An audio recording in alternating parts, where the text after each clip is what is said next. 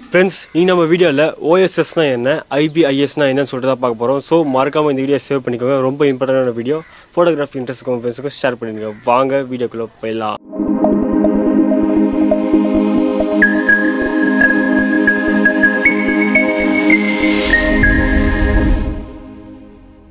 OSS அப்படினா என்னன்னா optical steady ஷாட்னு சொல்லுவாங்க.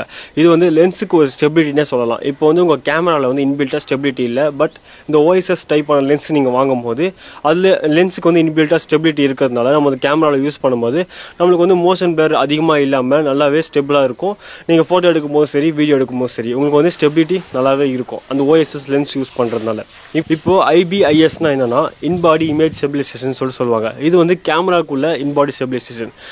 இப்போ இந்த கேமரால வந்து இன் பாடி ஸ்டெபிலைசேஷன் இருக்கும்போது நீங்க லென்ஸ்ல இந்த OSS டைப் ஆஃப் லென்ஸ் இல்லனா கூட நீங்க அது இல்லாம இருக்கிற லென்ஸ் நீங்க யூஸ் பண்ணும்போது உங்களுக்கு காமனாவே உங்களுக்கு ஸ்டெபிலிட்டி கிடைக்கும். பிகாஸ் கேமரால வந்து இன் பாடி ஸ்டெபிலைசேஷன் இருக்கு.